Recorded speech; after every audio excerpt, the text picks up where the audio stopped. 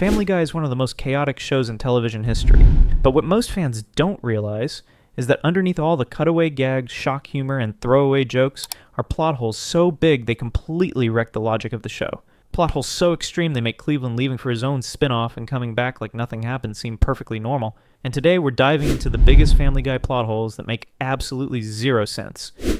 And trust me, the last one we'll get to later completely changes how you watch this series. Once you know it, you can't unknow it. This is Dylan. He's your son. So let's start with the moment that genuinely broke the fan base in real life, Brian Griffin's death. In the season 12 episode Life of Brian, Brian is hit by a car in the middle of the street. Stewie watches it happen and completely falls apart. The family grieves, they hold a funeral, fans flood social media and petitions, and it honestly feels like the show is trying to grow up for a second. They even replace Brian with a new dog, Vinny, who clearly looks like he's supposed to be a permanent character. This isn't a gag. This isn't a 3-second cutaway. At that point, it looks like a serious change to the show. Then just 2 episodes later in Christmas Guy, Stewie managed to rebuild his time machine and travels back to before the accident to stop it from ever happening. Brian lives. Vinny quietly exits. The timeline resets, the emotional trauma is undone, and everyone just moves on. Here's where the plot hole comes in. If Stewie can repair a time machine and travel into the past to fix Brian's death, why doesn't he use that same ability to fix literally anything else awful that's ever happened? He's seen apocalyptic futures, watched relationships fall apart, watched people he cares about suffer. If he's willing to rewrite time for the family dog, why not for, say, an entire nuclear holocaust, or his own future death, or any of the catastrophic disasters he's either caused or witnessed? And it's not like Stewie always has the time machine available. Sometimes he says it's destroyed for good. Sometimes he swears he's done with time travel. Then suddenly there it is again, working perfectly with no explanation of how or when it was rebuilt. The show never really commits to clear rules about what this machine can and can't do, or when it's truly gone. Where are we? Omaha Beach, 1944. It just exists when the writers need it and disappears when they don't. So you end up with a universe where time travel is both the most powerful force in existence, and also somehow not an option 99% of the time. Which is convenient. Too convenient. And speaking of rules that seem to change whenever it's funny, let's talk about Stewie himself. Specifically, who can actually understand what he's saying? They can sit all together. No, we don't. 'Cause when we booked, they didn't have 3 together. Ma'am, your poor planning does not constitute an emergency for me. You'll see him in Paris. Go sit down. Sometimes Stewie speaks in full, articulate English, arguing philosophy with Brian, negotiating with adults, or threatening world domination like a tiny James Bond villain. Other times everyone around him acts like he's just babbling baby talk, but it gets even messier than that, because different characters react differently at different times. Brian clearly understands him. Lois has moments where she seems to respond directly to him. Peter occasionally reacts to his insults. Other characters hear him when a joke needs it, and act totally oblivious in the very next episode. The show never really explains if Stewie is canonically talking out loud in English, or if we're just hearing his internal monologue, or if only certain characters can understand him. It's not like Rugrats where it's clearly just, this is how babies hear each other. Here it's whatever the punchline needs it to be, which is funny, but as far as continuity goes, it turns the basic premise of Stewie as a talking baby into a giant, ongoing plot hole. And if you think that's bad, wait until you look at Meg Griffin's life for more than 2 seconds. Meg has gone through more personality shifts than Peter has gone through jobs. She's insecure, then confident, then villainous, then weirdly empowered, then right back to being everyone's punching bag. Dad! What is it? What's going on? I heard a noise. Is somebody downstairs? Oh, God, Meg, you startled me. I'm sorry. One of the clearest examples is the episode Don't Make Me Over, where the family gives Meg a makeover and she actually becomes a successful pop singer. She performs on stage, gains real popularity, gets a music career, the whole thing. Then the next time we see her in school, she's just Meg again. No one remembers the fame, no one references the concerts, there's no, remember that time you were briefly a celebrity? It's like an entire arc of her life was treated as a dream sequence that never happened. All that progress, all that visibility, completely erased by the next episode's reset button. As far as long-term story goes, Meg's development is treated like a disposable gag. And speaking of disposable, let's talk about Peter's employment history and how it somehow never affects the family's finances in any consistent way.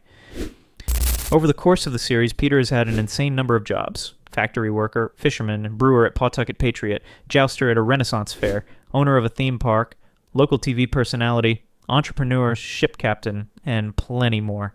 He gets fired constantly, quits, gets bored, blows things up, or destroys businesses in spectacular fashion. Yet somehow the Griffin family's lifestyle barely changes. One episode they're completely broke and losing the house.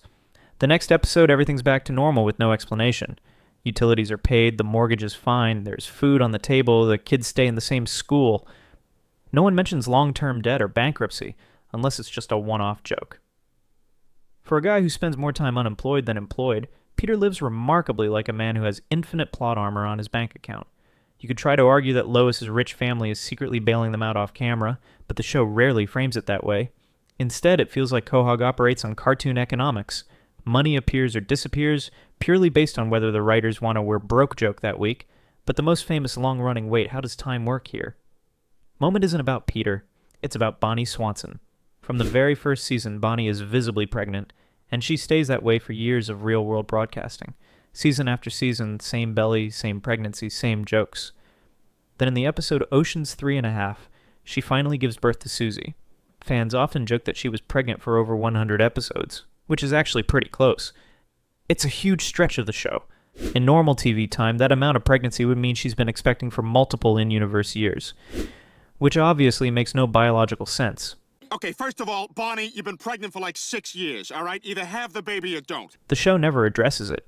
No longest pregnancy ever gag, no weird sci-fi explanation, nothing.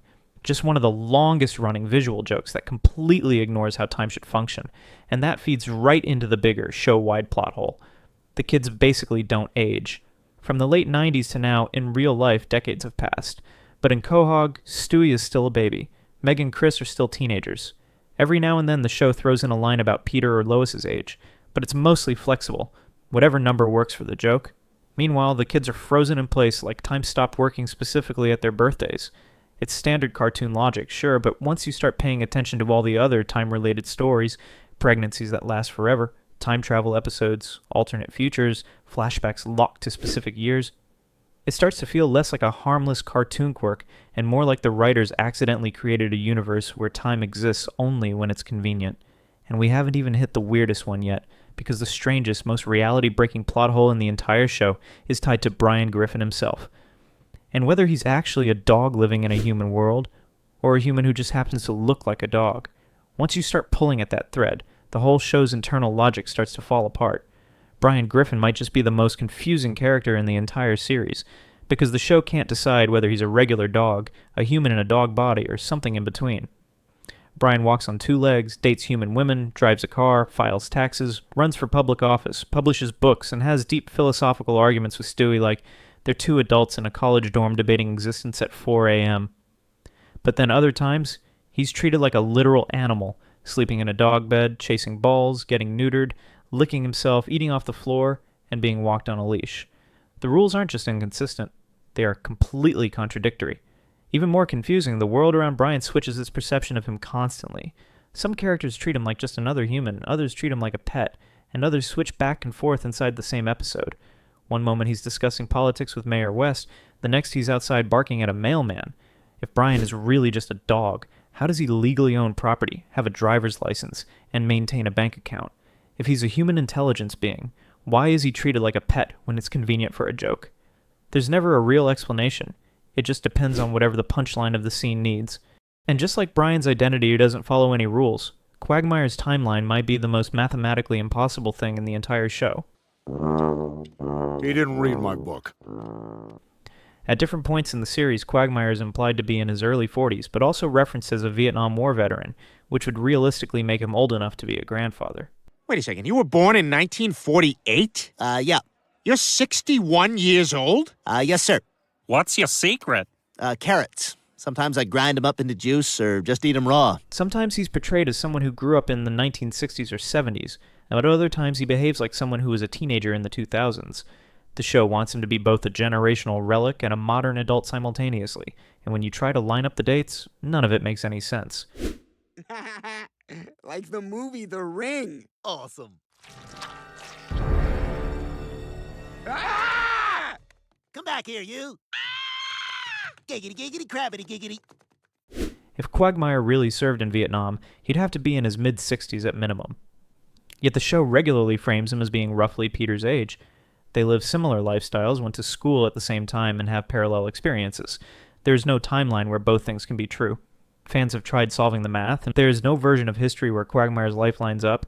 It's an impossible puzzle with no correct answer.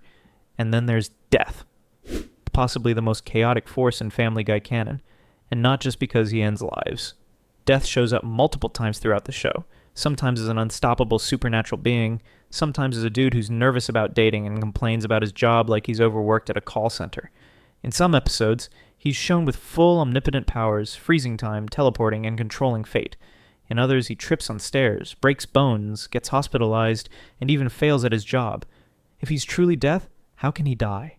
How can he get injured?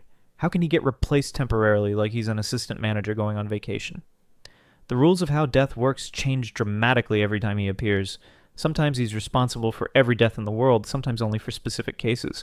Sometimes he arrives early, sometimes he's late. Sometimes he knows everything that will ever happen, sometimes he needs directions. It feels like the writers created one of the most powerful conceptual characters ever, and then realized it would be funnier if he wasn't powerful at all. And that inconsistency breaks every supernatural rule previously established. But somehow, none of these continuity breaks even come close to the universe-destroying logic hole caused by Cleveland Brown. Cleveland leaves the series to star in his own spin-off show, The Cleveland Show, where he remarries Donna, becomes stepfather to her children, builds a new life, and goes on 4 seasons of complete character development. That's 88 episodes of growth, history, and identity. Then he returns to Family Guy. And it's treated like he just stepped out for groceries and came back with a bag of chips. Nobody asks serious questions about why he left or what happened in his life. His time away is barely referenced. His wife Donna and stepson Rallo do not join the main cast, and apart from brief cameos, it's as if they don't exist. If you watched only Family Guy and never the spin-off, you would never know Cleveland had lived an entire new life.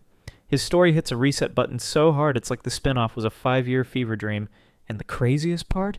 Family Guy actually shows future timelines where Cleveland is still with Donna, meaning even the show contradicts itself.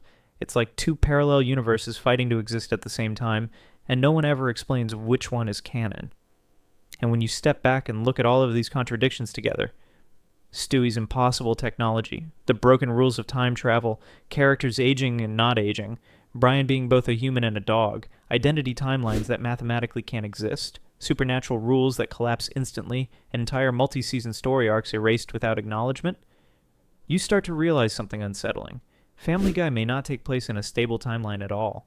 Once you consider every continuity break together, it almost feels like the show exists inside a world where time isn't linear, logic doesn't apply, and reality constantly reboots itself without warning.